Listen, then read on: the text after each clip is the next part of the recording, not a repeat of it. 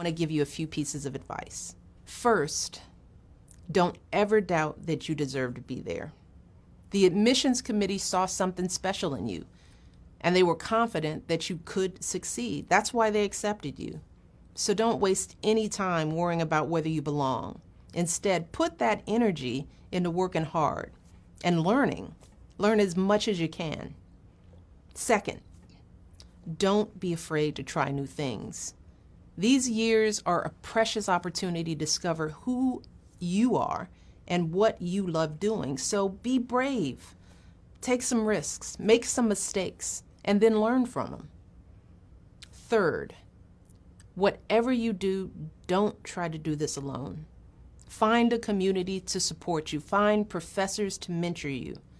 And don't ever be afraid to seek out deans, counselors, tutors, RAs, and ask for help when you need it. That's their job. That's why they're there. They're there to help you.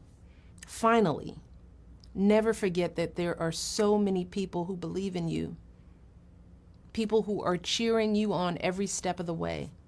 And I want you to know that Barack and I are proud of all of you, and we can't wait to see everything you go on to achieve.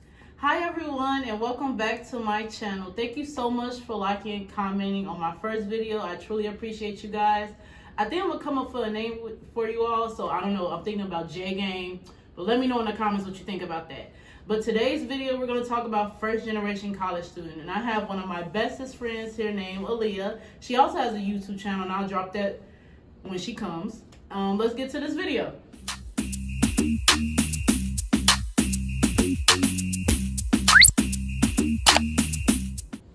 All right, everyone. As promised, let's talk about first generation college students. So I have here today my best friend Aliya. Hey y'all. I will be dropping her YouTube as well. If you are in the Northwest Indiana community, make sure you guys go to Lay by Aliya on Facebook. Go get your nails done and get your makeup done.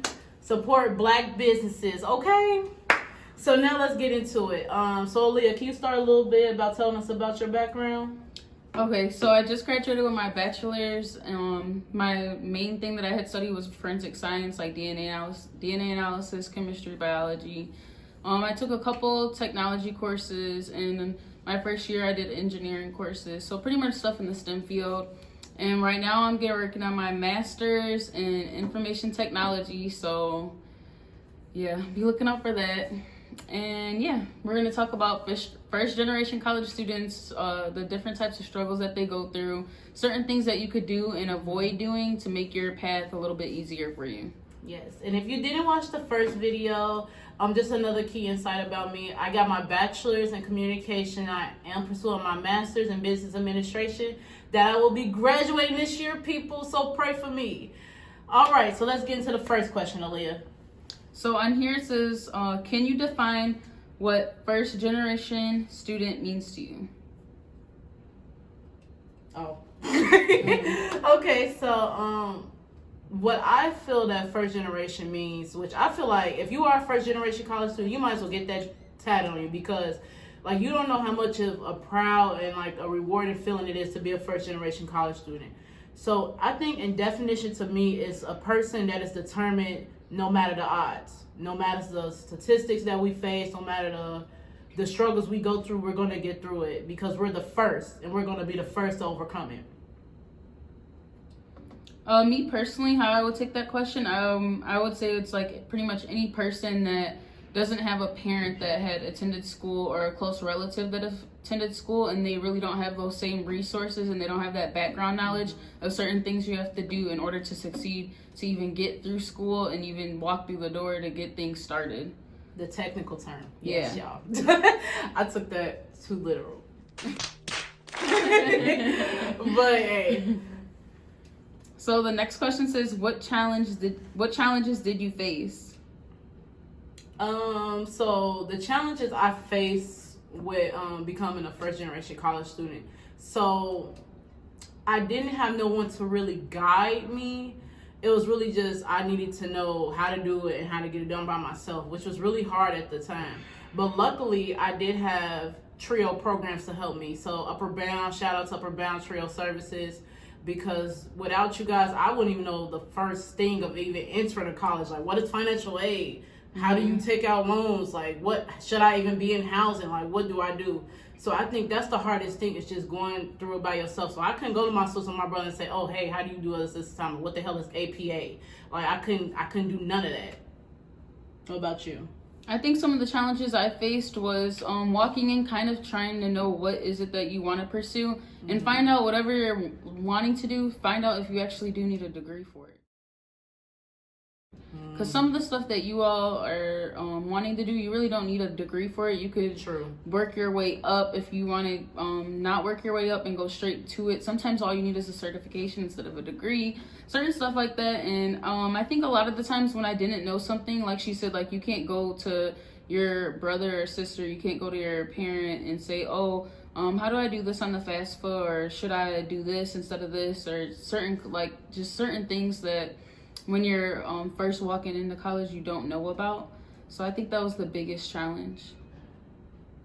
But you guys can do it. So the next question says, in what areas do first generation students typically struggle? I would say the financial aspect. I say, like, okay, so I feel like, all right, some people, when they go away to college, they want to go away, they want to go out of state.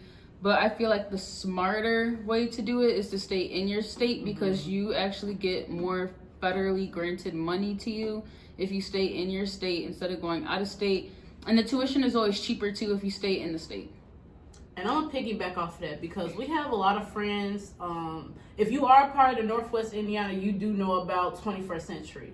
If you don't know, I want all parents, you need to figure out how you can get your child involved in 21st Century. We are living proof. We are debt free. When I say debt free, $0. Like, we don't owe nothing to financial aid. We don't have no loans, none of that. So that is the important part that plays into, like, the financial point. Like, how are you going to pay for it?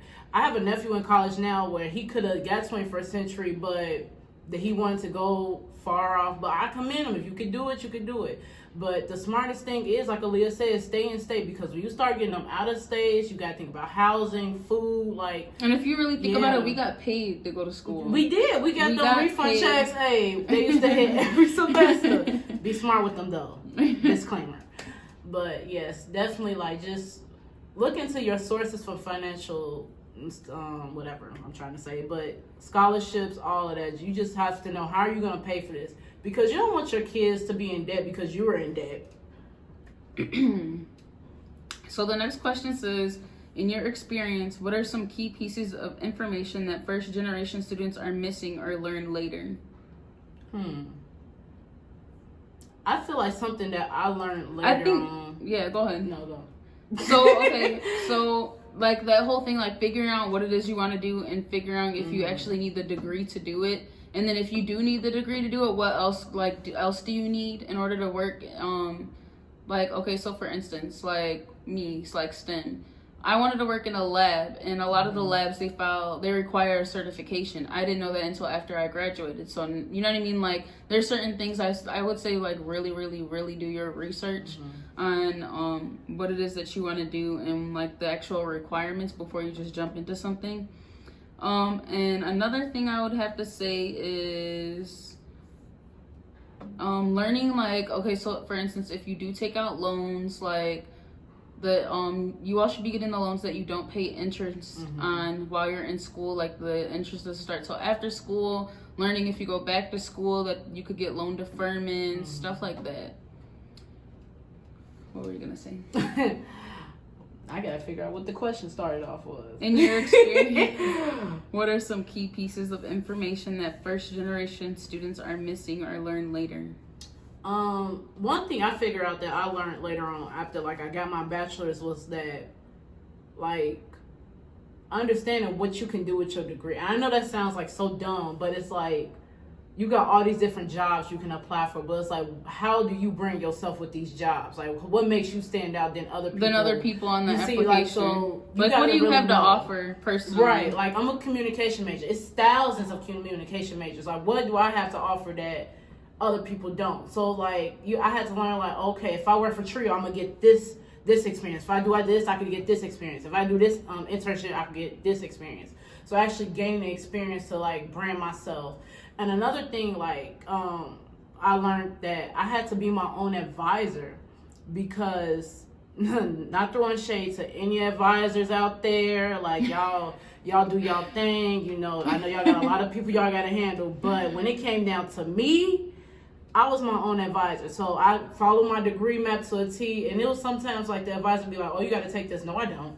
Because she definitely fought it. She fought a lot of things that were in paper that she had to do, that she got worked her way around. And like, that's one thing I can't say. Like, you got to be your own advisor. Well, I would say you got to self-advocate, really, because like, even like the whole thing with the advisor, like, okay, for instance, if your college, your department that you're in keeps switching advisors every single year, and they can't keep track of like the degree maps and what classes these students should be taking and what classes are offered this year and not the next 2 years, make sure you know all that and ask a lot of questions, because they is not going to tell you. You literally always have to find stuff out for yourself, and that's what will set you back, because you don't have someone in your ear or in your face telling you exactly the steps that you should take. You literally have to find out by yourself. Yeah. Good job. Thank you. The next question says, what are the factors that lead a person to pursue an education even though no one in their family has? Oh. And then it says, where does their value from education come from? Okay, I'll take a swing at this. So, in my family, I feel like I was always like the person who loved school. Like, I always stayed in school. I did like, if it was like cheerleading or even like CPA was like a Black History committee. Like, I always stayed in something. HAPA, shout out to all the HAPA people, you know, Academy for the Performing Arts. So I always stayed in school. So I don't know. I think it was just like a given to like say I was going to college. Like, my mama didn't have to make me go. She wasn't like, damn, my you going to college. Like, no, she just knew that I was going to go. Yeah. But I think what kept me going to college was I didn't want to be like just struggling. I didn't want to feel the struggles that my parents faced. I didn't want to go through that. I wanted to live life and actually live it. I didn't want to feel like, oh, I got to worry about this bill. I can't do this. I can't do that. So I think the struggle was really what pushed me. And so I did get pregnant junior year of college. So that actually kept me going too. So just to have my son by my side and just keep me going for another greater purpose than myself. Education value, like I said, like I just always had that drive.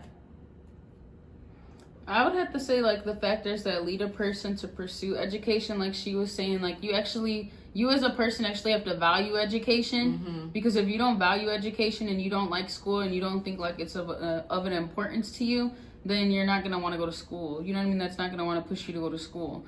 And also knowing like what you want to do, that can push you to pursue education. And I would have to say, where does the value come from? Like, I would really have to like say who you're around. That plays a really big part. So if you're in a group of people and everyone's going to college or in school and you're not, then it kind of like it just puts in this aspect of what you want to do. And I wouldn't say like, okay, you have to go to college in order to be successful, because that is not the case at all. There's tons of different ways, and like business analytics play in that, entrepreneurship, like I could really go into detail, but you don't have to be successful to go to college. Like, your wanting for education is really coming from what you want to do and what you're trying to learn. Nicely said.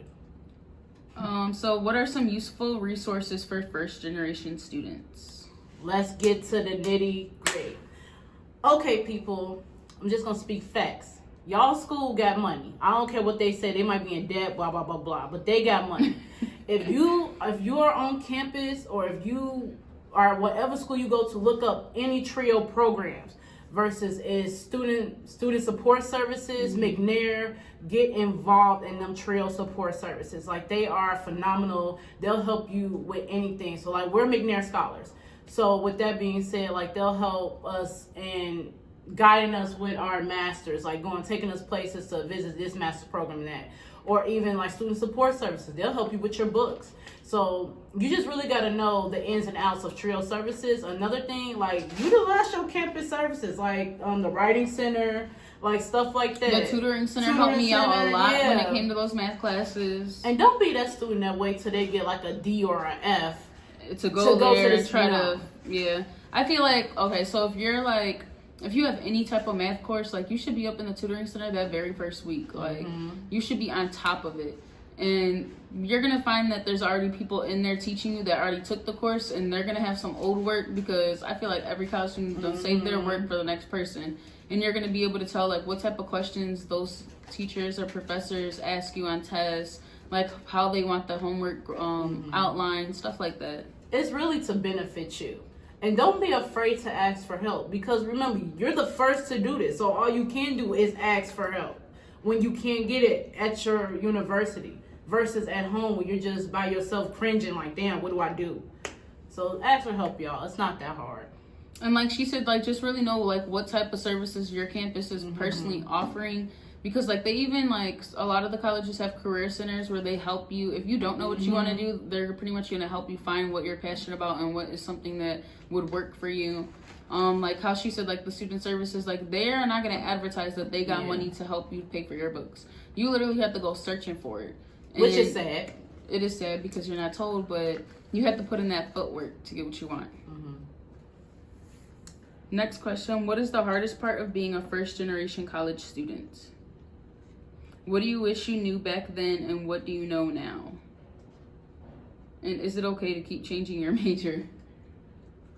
I don't know. I feel like we answered the first part a lot. Yeah, so I feel like we'll go to the next one. What do you wish you knew back then, what you know now?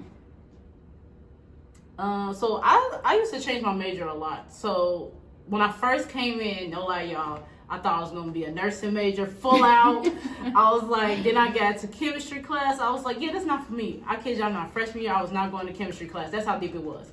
Like, we was everywhere freshman year. But whatever. So I changed my major from chemistry to HTM, which is hospitality tourism.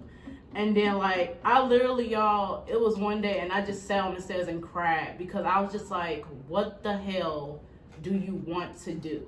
But I really think that comes from being asked a question in high school, or where do you see yourself in 5 years? I don't think I like that question no more, only because we can't answer that. We don't even know who we are in the next 5 years. We don't know what we even like in the next 5 years. So I think what I wish I knew, whatever that question was, I wish I would know what my passion was. And my passion was to help others. I just needed to know what direction I wanted to go. And it should have just been left at that, versus like, oh, I have to be a communication major, or I have to do this. And then another thing was just you can brand yourself. I understand this is a first generation college student video, but I'm telling you, if you know how to brand yourself, you are straight. I don't want no one who's watching this. You don't have to work a 9 to 5. You would like to own instead of be owned. And that's my motto all 2021. I was finna say 2020, but it's cool, y'all. I got it. But that's for me. What about you, Aliya? What I wish I knew back then and what I know now. Kind of like pretty much branching off what you would say, like what it is that you want to do. Because I had walked in like doing civil engineering. And like I did my whole first year with the engineering courses, and like it was like just math, science, stuff like that. Like pretty much the prereqs for engineering, with like a few couple engineering, like engineering drawing, stuff like that. And I actually did like it, but the program that I was in was civil engineering, and I quickly realized like I do not want to be helping build bridges, and I don't want to do, you know what I mean? Like I just knew I didn't want to do that. And then I knew that I liked like science. I love science and math. I'm good at math, so it's not that I like it, I'm just good at it.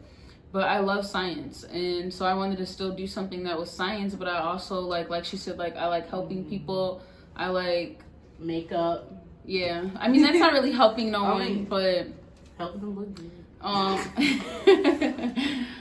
I would say just knowing that I wanted to help people, and like that's pretty, and I knew like I loved law. I love learning about the law. I love science, and that's pretty much how I got into like forensics and like DNA analysis.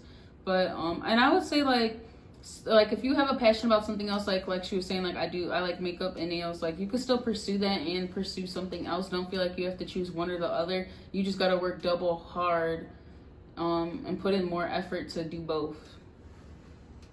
And is it okay to keep changing your major? I would say no. Like, okay, once or twice, okay, but don't be like in school for like 8+ years still as an undergrad. Like at that point, you shouldn't even be in school because you don't know. I'm pretty sure if you've been in school for 8 years and you're not focused and you keep changing your major, you pretty much have like a lot of self-discovery to still do. So I wouldn't keep wasting your time and your money in college.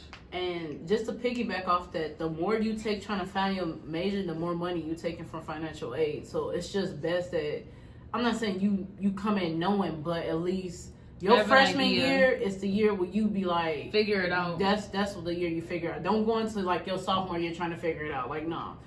Knock it out your freshman year. If you gotta take surveys, any of that, or just shadow somebody that you think, oh, I like this. Like, just do something for that you can determine what you want to do by the end of your freshman year. That way you can keep all your coins for the rest of your college experience. Was that our last question? That was it. So thank you for being here. Thank you for having me. I will drop her YouTube, so make sure you guys also go subscribe. If you guys have any questions, feel free to drop them in the comments. If you guys have anything you want us to talk about or want me to talk about, just feel free. Thank you again. See y'all later.